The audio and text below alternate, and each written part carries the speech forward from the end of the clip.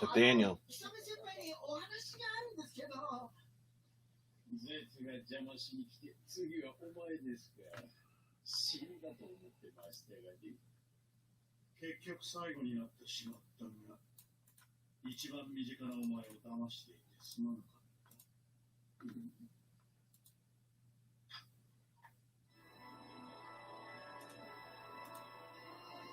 See what's going on. トビがまさかあなただとは思いませんでしたよ。これで安心しました。あなたが黒幕なら私も立ち回りやすい。元水影様。いや、まだですね。これからのハンズ、貴様。こちらこそ。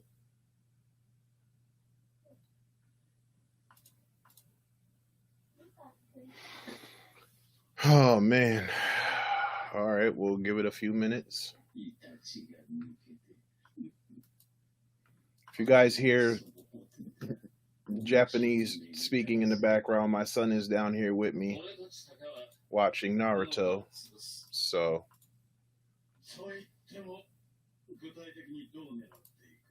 my son is down here with me. Oop. Let's see.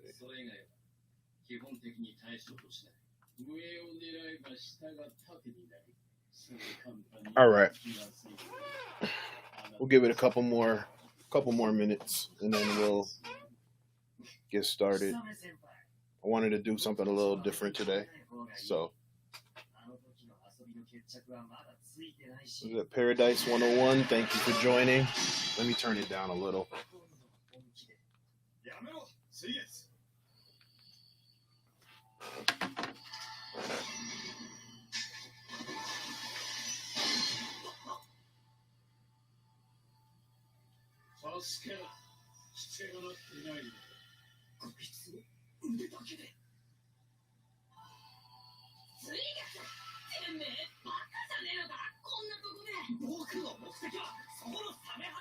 All right. One more minute.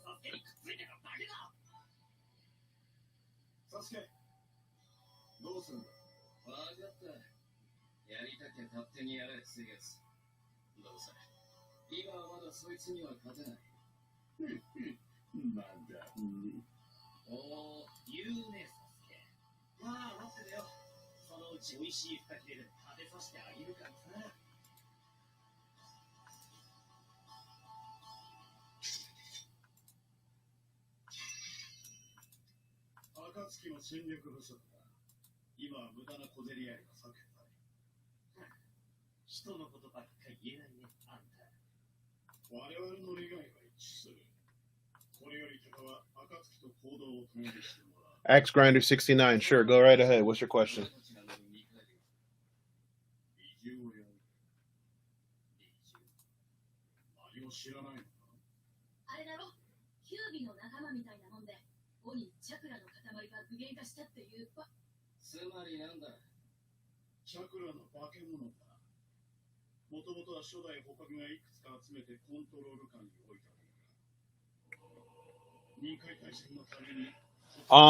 What is next for Black Lives Matter? I don't want to speak for anybody. What is the end game? Well, the whole purpose of everything was to be heard, right? The whole purpose of everything was out of frustration for the mistreatment, the injustice, the systemic racism, the police brutality, the police killings. I would hope that this time is different. I would hope that this time is different. I would hope that with the protests happening, that this starts a bigger conversation, which leads to more action. I would hope that people don't take this in vain and let it go like it's some type of trend. I would hope that people of all races, religions, gender will come together and understand that there are a set of people who are marginalized or who are treated unfairly. So I would hope that this would lead to other things, whether it's making changes with our votes, whether it's making changes with our money and our influence, whether it's making changes within our cultures, whether it and making the powers that be feel this. You're afraid there is no clear agenda. Well, like I said, I don't claim to be a member of the movement. I'm not in leadership, but like I said, my thing is I think the agenda is pretty much the same, right? The agenda is a man was killed in the streets the same day a woman um, falsely accused an African American male of trying to attack her in Central Park. 2 weeks after we saw a video of another African American male jogging in the neighborhood and being killed by two people who weren't even law enforcement, but they called themselves doing a citizen's arrest. Also, after a young woman was killed when police showed up to the wrong apartment looking for somebody who they already had in custody and killed her. So yeah, the agenda is for us to stop being killed, for us to stop being mistreated, for us to stop being misunderstood. And that is and okay, but the problem is police brutality. Okay, so what about the pay inequality? And that's just across the board for people of color or for women for that matter. Again, my hope is that this opens the conversation for many things that are unequal in this world or in this country for that matter. So, yeah, it looks like it might be chaos to some, but to others, this is the voice of the unheard, right? People like to quote Martin Luther King, but they don't quote certain quotes that don't fit the narrative. But Martin Luther King said rioting is the voice of the unheard. Now, do I think rioting and tearing things up is ideal? Not necessarily, but guess what? What other option do we have? What is the right way? Because when we knelt, we were sons of bitches and ignored. When basketball players when sports figures spoke up, they were told to shut up and dribble. When celebrities of all colors spoke up, they were told that they are just being celebrity elites and stuff. So when we peacefully protested with Martin Luther King, that everybody loves to bring up right now, he was voted the most hated man in the United States, and then he was assassinated. And then don't get me started on who was found guilty for assassinating Martin Luther King. So guess what?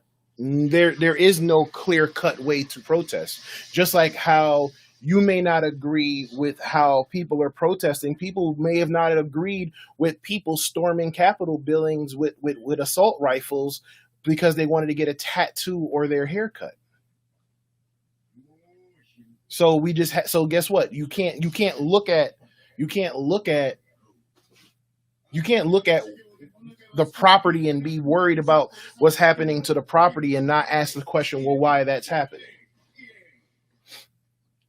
Don't get me wrong, but it's not the only. I think it's time to demand total police. Yes, I agree with you 100%. There should be police reform.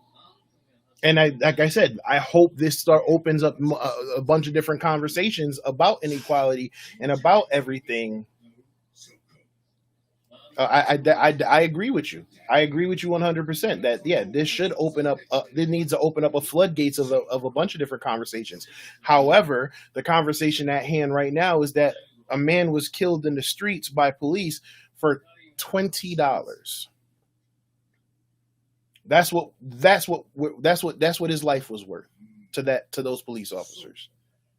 $20 that they weren't even that they accused of being counterfeit. right? $20. So yeah, the multiple conversations need to happen. I agree with you 100%. You have my total agreement there. But the task at hand right now is that people are looking at us, are people of color or black people, like we're all criminals and we're all victims. The police are being trained and then disregarding that training when they see a black face. Women or people are weaponizing the police against another set of people. So, like I said, things should change, and I hope that things will change. But this is just the first salvo in that battle, because unfortunately this may happen again. This will more than likely happen again. Hell, it's been happening in the protests so far and hasn't been reported. Is getting drowned out with everything else. So hopefully this will lead. I mean, this isn't going to stop overnight. They have too much power, and I agree with you 100%. But like I said, so we need to hold those people accountable, and we need to hold the people in power who give them the power accountable. And this is why it needs to start with this. It needs to start with hurting organizations financially, like whether we do a boycott or not use our dollar and influence there. And it also is also at the polls. Yes, sir. Thank you. Thanks for joining. What you're talking about is similar to suicide by cop. How is suicide by cop and getting murdered by the police one and the same? I'm confused. I need you to elaborate on that one, because suicide by cop is when the person goes out and does something that forces them to get shot, right? They might walk around with an empty weapon, or they might make a sudden move like they're flashing a weapon. How is that this any different? I mean not any different. How is that the same?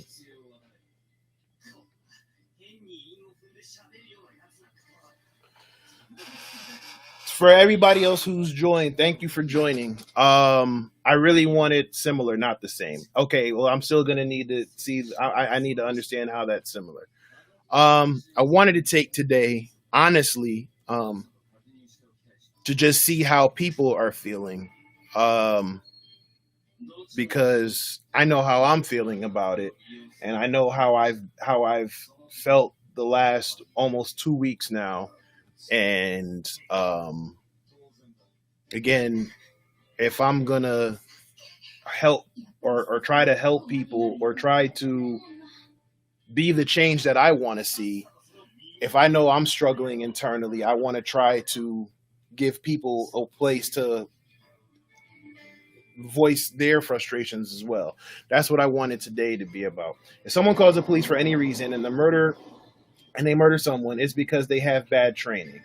They are trigger happy. I don't disagree. But how is suicide by cops similar to a police officer killing, right? Because let's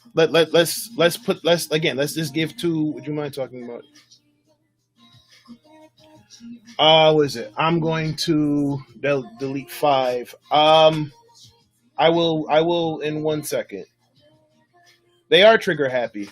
But like I said, yeah, suicide by cop. Yeah, someone comes out, flashes something, or pretends like they have a weapon, and the police officer feels like they have no choice. In George Floyd's situation, he was accused of using a fake $20 bill. He didn't fight with the police. He didn't flash anything. They put him in the car. They roughed him up in the car. He shifted to the other side. They went to the other side, pulled him out of the car, and then two officers held him down while the other officer put his knee in his neck, kept lifting to add additional weight, and another one stood guard. Yeah, I agree.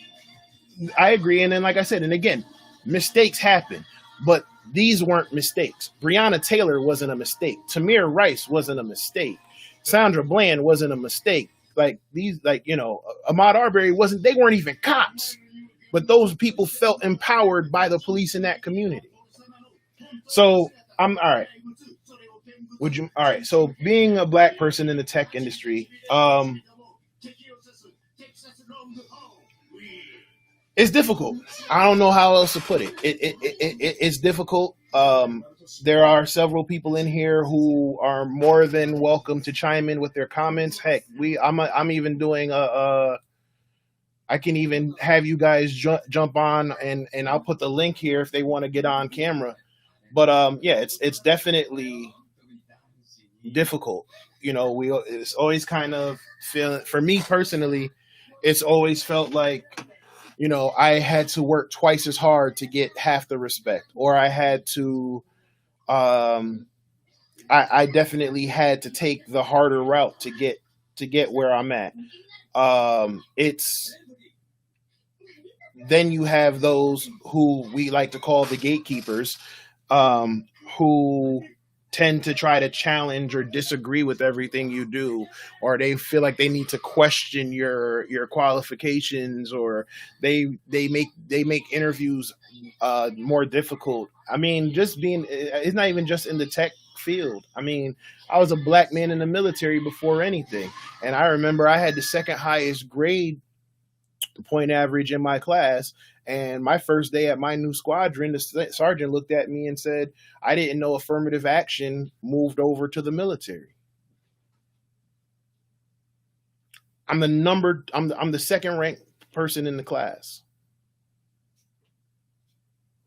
Okay. When I got my top secret clearance, someone made a joke that how could someone of my background make it without getting in any trouble to get a security clearance. So yeah, we have it in tech a lot. And honestly, women have it really bad too in tech. So it's definitely unfair and difficult. And I think that's why, if you're seeing what's going on Twitter right now, with Paris Athena and Black Tech Twitter, or even with these hashtags or these movements that you see going on lately, where we're trying to come together and bring attention that there are a bunch of us in this field, and we're damn good at what we do, and we're not given the same opportunities. I just don't want to see all this good. Oh, absolutely. You know what? I agree with you too. This is all good. This is all this publicity. They need to capitalize off of it. Absolutely. I had an interview at a tech giant and was so locked on. I only needed 2 interviews. I got there and guy says, usually I call. See, there you go. That's what's up. That's what's up. Congratulations. But honestly, people, how are y'all doing mentally? Right? I know this is over the internet, and I know this is streaming, and I know people are looking and watching, and people might not want to really go in detail about how they're feeling. I just tuned into check the YouTube chat. What's going on? Maddox 12. This is our life in general. Absolutely. IT channel, yo, how you doing? Maddox says he's drained. Yep. Like I said, this is draining. And again, not to harp back on the previous conversation that I was just having, but this has been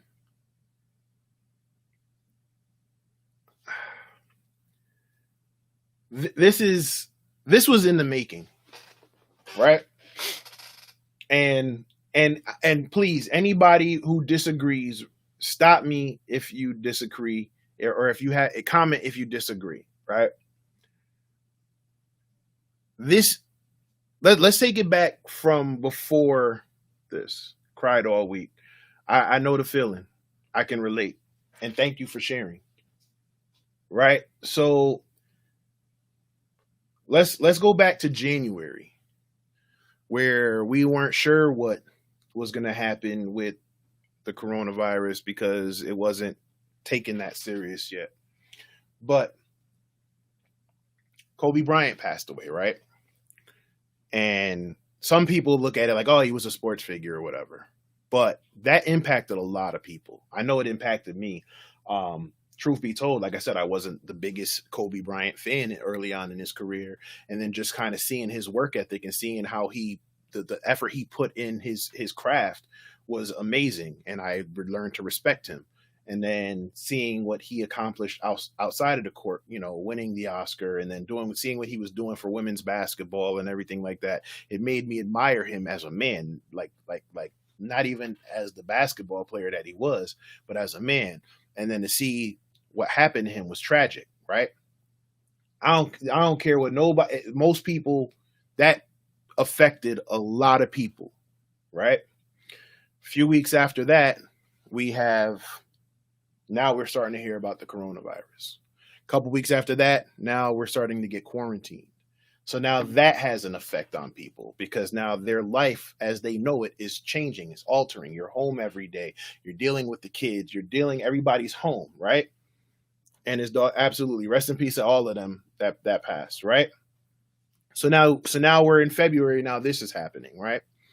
And now we're dealing with COVID, and now we're being told that we might be in for the long haul. And then not to get political, but the people in power are giving different points of view. Give me 1 second. Let me just load this up for my son.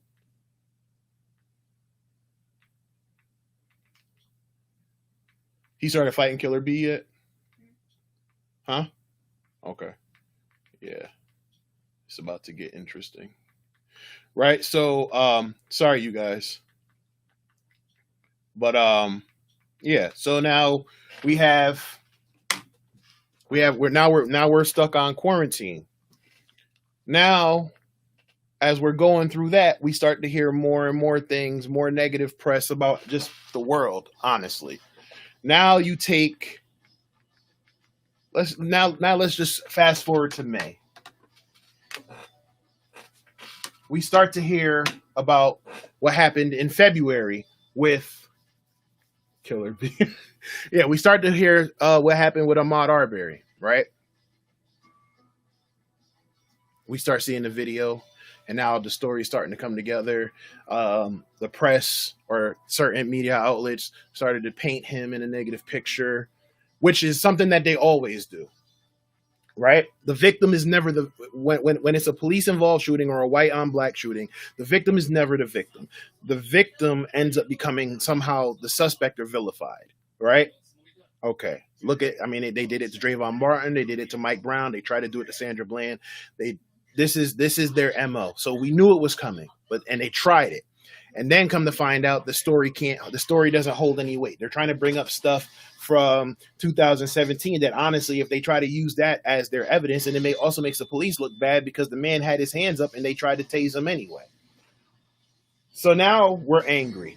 Then we hear about Breonna Taylor, right? And it starts to make people remember Tatiana Jefferson, who was killed in her house when she was asleep, or the other young woman who just poked her head out the window when the police were trying to raid in the backyard and the man shot first. The police shot first. So now you have all these other situations. So now we're angry. Now we hear about Breonna Taylor. Now we're really angry, right? You're seeing people die who probably it could have been prevented or whatever from COVID. We're a ticking time bomb at this point, right? Now fast forward, you got Central Park Karen accusing true, not just the black people. Yes, they villainize. Yes, they will villainize all victims. Agreed. However, when it's usually a white officer or a white man to a black victim, they victimize it. Case in point, the other shooting in Minnesota, I can't remember the white woman's name, and forgive me that I can't. But when that officer, who I believe was of like African descent, when he shot over and killed her, they didn't make her out to be the villain. They actually made the cop to be the villain.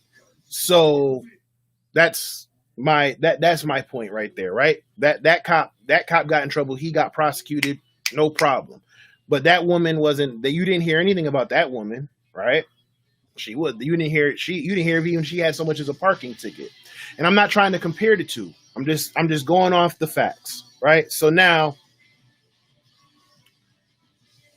we have the Central Park Karen who did what she did. And again, this is a ticking time bomb, because how many videos have we seen over the last 12 months, 18 months of people lying, or people questioning black people, or the black people getting arrested in the Starbucks for wanting to use the bathroom or stuff like that, right? Instant 12 and a half years in jail. Thank you for that. So, all of this is happening, and all of this is being built up. And now you watch a grown man call out for his mother. A mother who you find out passed away about 2 years before that happened. A man begging to be let up. And we watched as they refused, and how he had his hands in his pockets, and he had this carefree look on his smug face. And now we're angry. Then it took 4 days for him to get charged.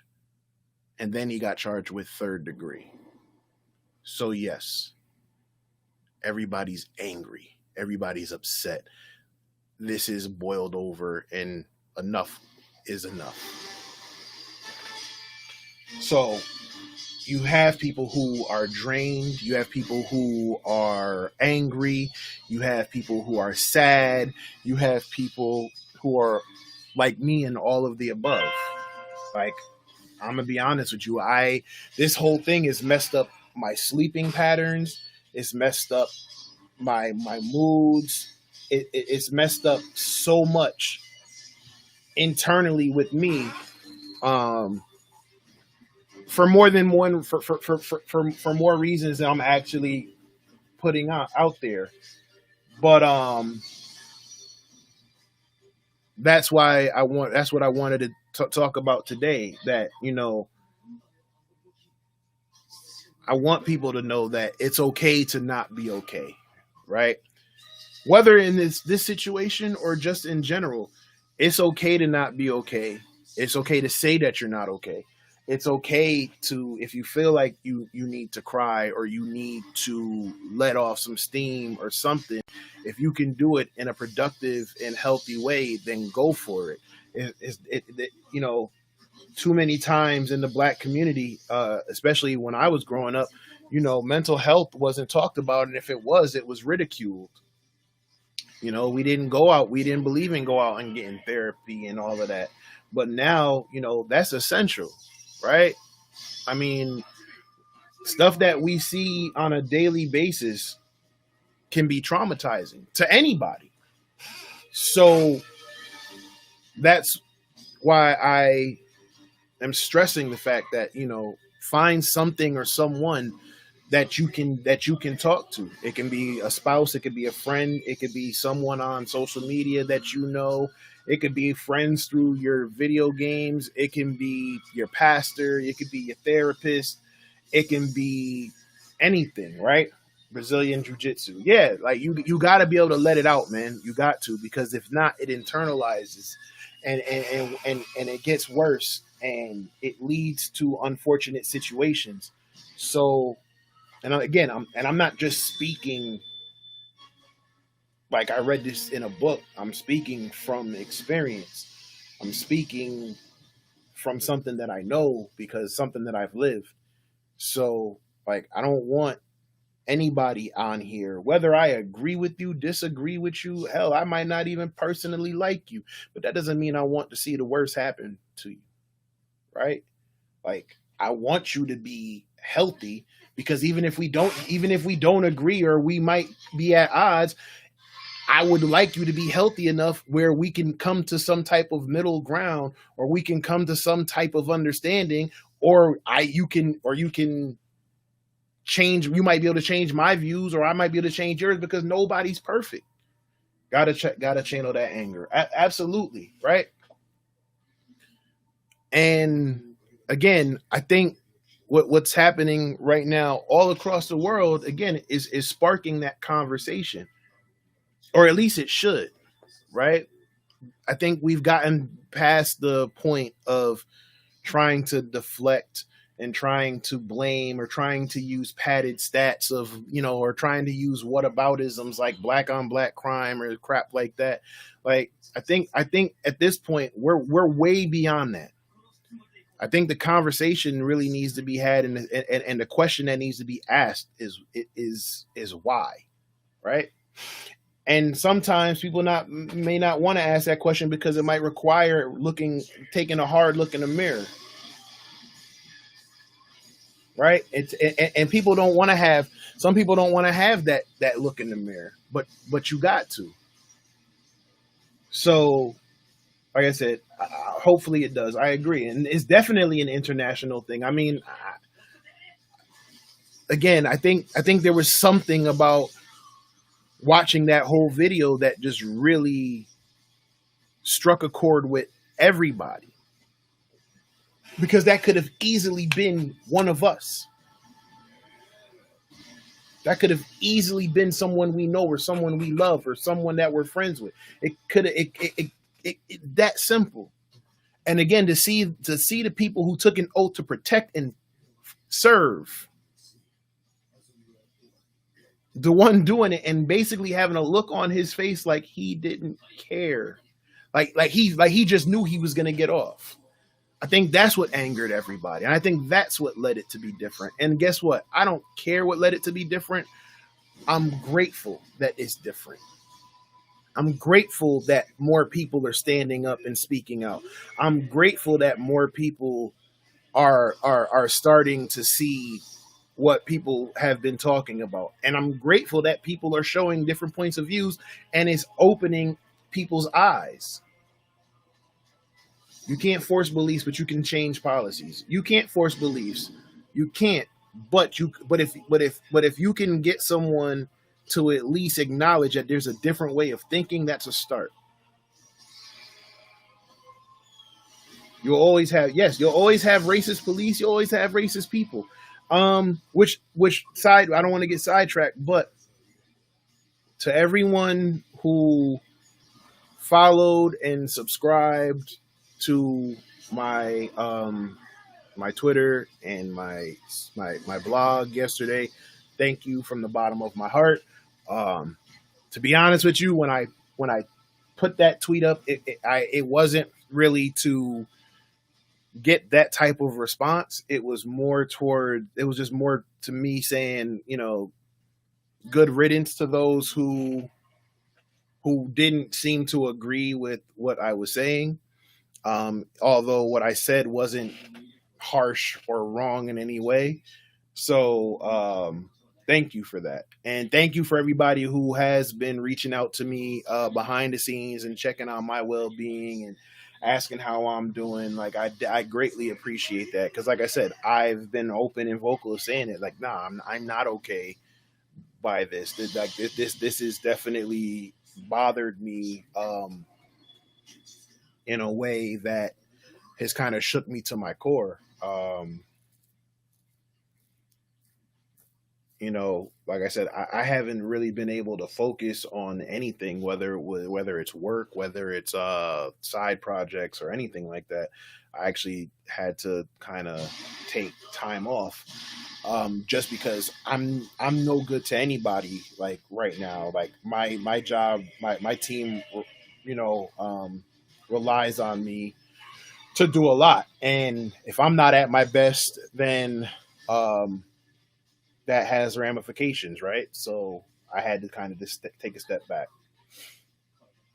Um, so yeah, so thank you for that. And again, this is another reason for this conversation is because again, I know I'm not alone, and I know that I'm not I'm not the only one feeling this way. So if I can help somebody, or hell, if some I can listen to somebody or talk to somebody here and they can help me, we can help each other, and try to get through this together. And like I said, have these conversations like, what's next, or what I like to see come from it, or how is this going to allow us to move forward. Like I said, I have ideas for that, but like I said, right now, the taking care of yourself while being mindful of what's happening is definitely important, right? So I don't want to keep rambling. So if anybody has anything they want to say or any comments they got, like I said, I didn't really want to make it about a technical thing right now, just because again, I can't think straight uh, tech right now. So like I said, if anybody has anything they want to express about how they're feeling or what they want to see come out of this, or their opinions, please feel free. Like this needs to be like I want this to kind of be just like an open space to kind of say what you got to say, respectfully, of course.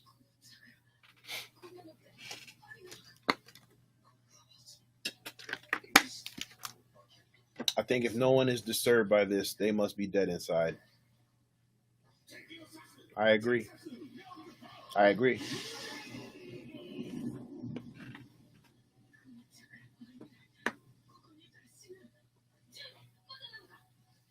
Have you talked to your kids about this? Um, I have, and I think that was one of the hard things, right? Because I mean, I've had conversations with my kids. Um, I've had several conversations with my kids from with pretty much every event that's happened since they've been old enough to understand. Um, this one, because it bothered me so much internally, it took me a moment to find the right words to express it to my kids, because you don't want to freak your kids out, right? You don't want your kids to see you in that state. So it took me a few days to even just gather myself and kind of go through the motions myself, because again, this situation really hit close to home and brought up some real jacked up memories. um, and I kind of had to relive that and kind of go through that. And then once I was able to do that, then I kind of had to talk with my kids. One with my son, and then another with my daughter, and then even with my sister who's 18. So I did. My son, he understands it. He hasn't really said too much. My daughter is definitely upset. My sister is kind of, she sees it and understands it. So, like I said, I'm definitely trying to find the right words and pace myself, because I don't want to speak out of a place of emotion, and then they see that I feel, that I'm a certain way, and then if I go down as the head, then they're really gonna freak out, right? So it's been difficult. It's definitely been difficult. Mine are panicking. Yeah, like I said, you just got to kind of talk to them when you can, and let them know that, uh, hopefully things will change, and you know, I just hope, and I really do. I really do hope it does. Currently in the UK, riots are kicking off in the yeah. I guess I think that's what's going on right now. I think again, it this one is just basically brought the frustrations out of everybody, and definitely made people force people to shed a light on what's going on. And again, I hope that this is the first step. I don't want this to be the only step. This cannot be the first and the last step. There has to be more. I want to see Black Lives Matter demand total reform. I would like that too. Unfortunately, it can't just be the Black Lives Matter movement, right? There has to be legislation. There has to be congressmen in place. So this is why the protesting is only the first step. And this is honestly, this is going to be a long term thing. It's not going to happen in weeks or months. It might take years before we start seeing these things. But guess what? We need to keep the pressure on to let them know that we're not going to let this go away, right?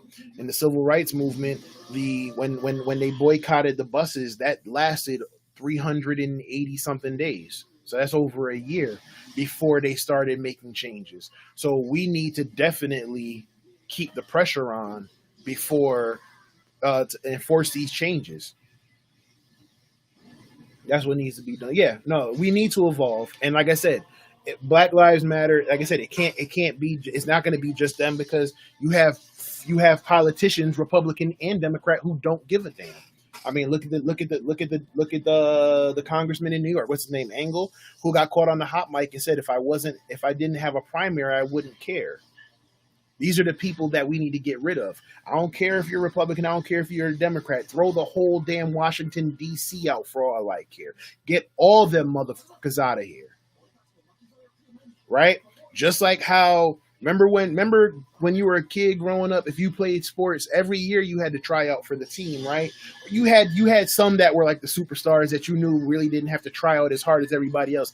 But everybody had to try out, right? Just like when you get a driver's license, every few years you need to re-up your driver's license or something like that, right? Let these people stop. Let these people, kick them out and make them come back. Kick them out and make them show why they deserve to be in office. Because most of these people on both sides of the aisle ain't worth shit. And I'm sorry, I tried not to curse, but most of these politicians out here ain't worth a damn. They grease and they line in their pockets with the lobbyists, right? Let's just be real, right? I don't care what side of the aisle it is. You have some that are worth value. Then you have some that ain't worth crap. We need to hold them accountable. So yes, these protests are the first thing, but we got elections coming up. And you know what else? You know what else we need to do? We need to hold the financial institutions that fund these people accountable. And there was a congressman who said, yeah, yes, he said, if I wasn't being primaried, I would not care. Career politicians are the problem. Yep, for sure. Yeah, it definitely, and it should be an honor. It should not be a career. There should be term limits. But again, what they should do is they should have or let's meet in the middle. If they have a term limit, after the term limit, boom, now make it open, make it open, make them have to fight for it openly, right? They let them stop being the incumbent. They have their term limit of 6 or 8 years, and then after that, they gotta go, and then they gotta start at the bottom like everybody else. Maybe then people's voices will be heard a little bit more. But we need to hold them accountable, okay? We need to hold all these companies accountable.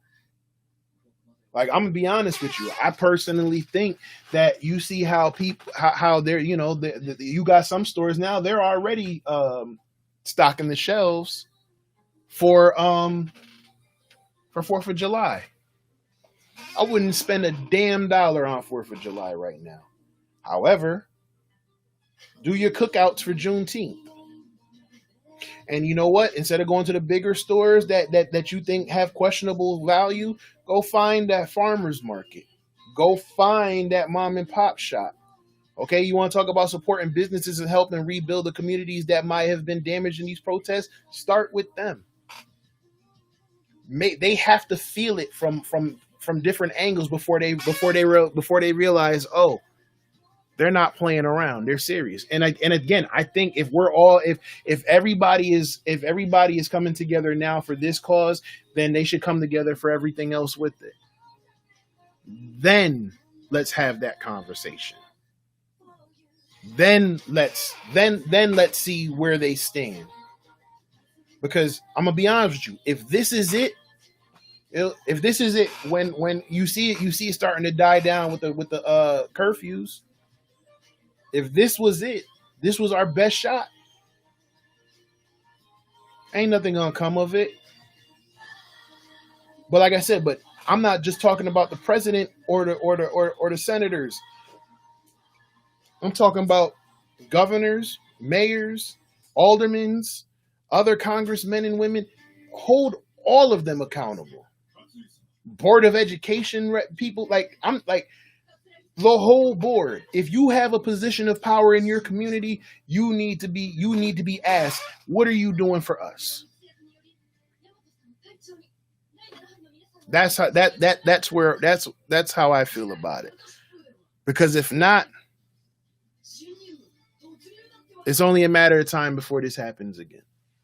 And it's only a matter before it gets worse. And again, and with the people in power right now that are breaking the norms and talking about bringing the military in and all of that, it's going to turn into something a lot messier than what it needs to be. But I want you to think about this.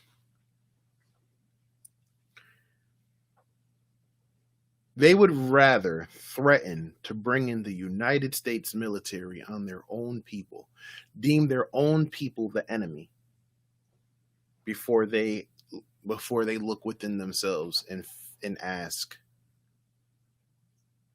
why is this happening, or what could we do to fix it? Think about that.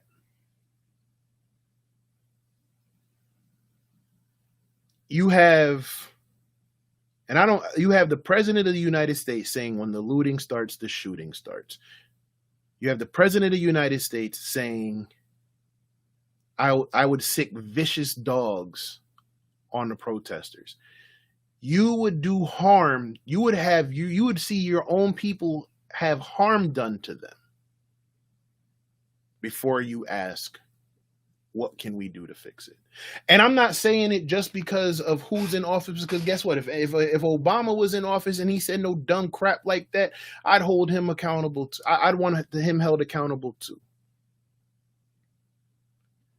But to have the leader of this country openly say that he would turn our own military against the people they're supposed to be protecting in this country before they say, what can we do to fix it?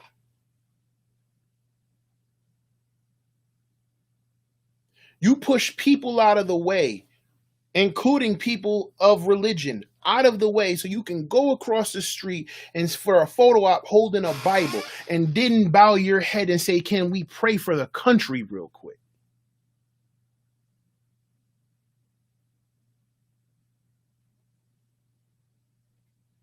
I don't care who you vote for or why. If you in your heart felt like that this man was a person who you want to be president, ask yourself, why is it okay to hurt the people before you ask what you can do for them?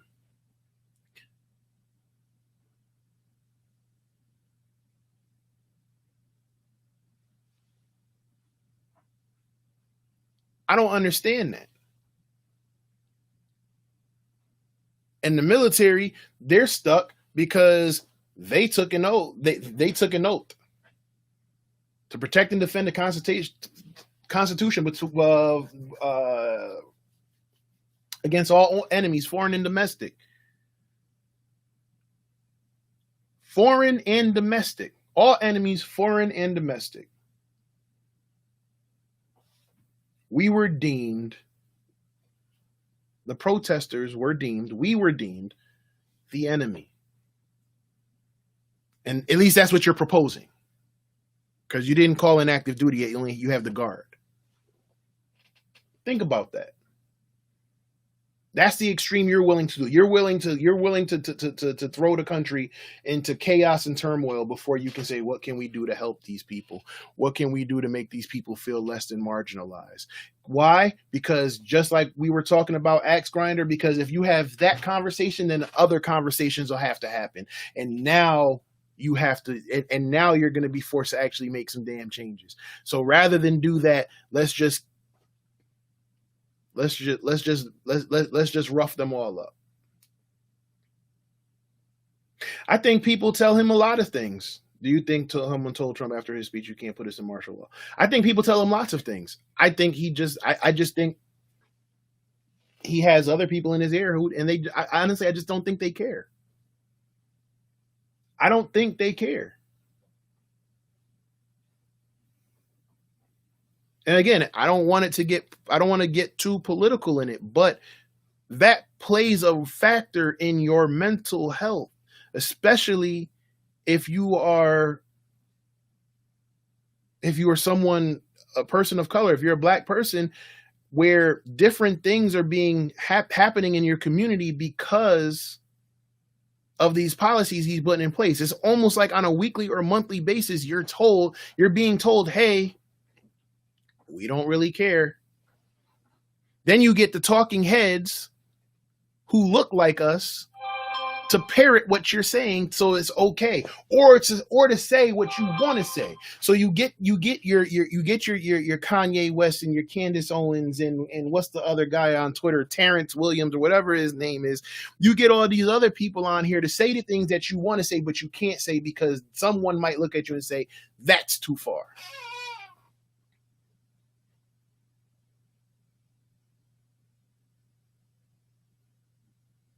No problem. No problem. This is the stuff that affects us. This is the stuff that bothers people. And this is why they feel like they need to step up.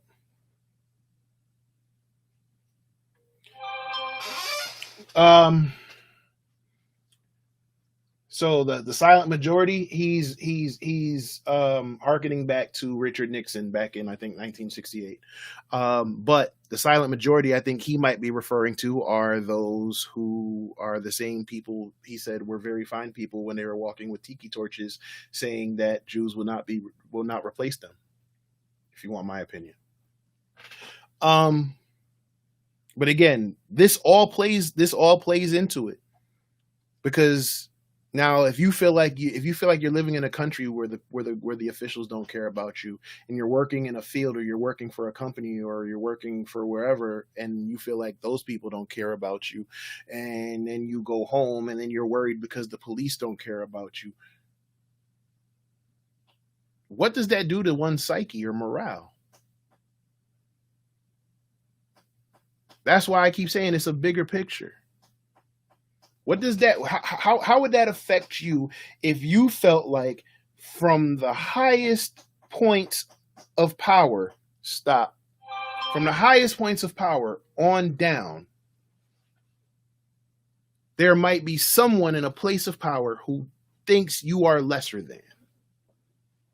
From the president to the House of Representatives, to the Senate, to congressmen, to the mayors, aldermen, city councilmen, the head of the Board of Ed, the head of the damn PTA, the school principal.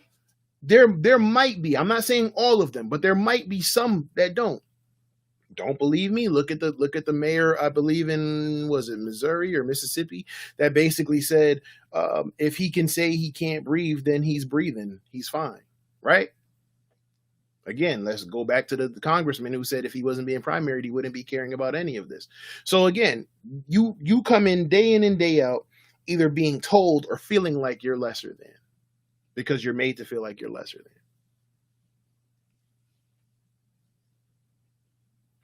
How would you go by that, about that, right?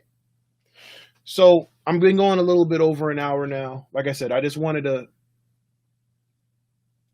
check in with folk like I said, everybody who kind of shared how they were feeling or had, wanted to speak their mind, I thank you. Um, I thank everybody who's been showing support all across the board, not just to me, but to everything that's been going on. I thank you. Like I said, I hope we can get through this together. I hope, you guys do everything you can to protect and preserve your mental health, because that's definitely important. Um, and I hope that something great comes out of this. And I hope that people are stronger. Um, so, like I said, I don't want to keep anybody too much longer. But again, I thank you guys for joining. Um, I'll see how I feel next week. And like I said, hopefully we can get back into um, you know, the technical stuff or the Q&A sessions. But like I said, I really wanted today to just kind of be a moment where people can kind of come together and just speak their mind and speak their heart and get whatever they need to get off their chest, at least for the day. Damn it, at least for one night. And try to wake up tomorrow and figure out what's next and what are the next steps for them personally as well as for what's going on. So, thank you all. Love you all. Stay safe. And like I said, we'll check back next week. You guys take care.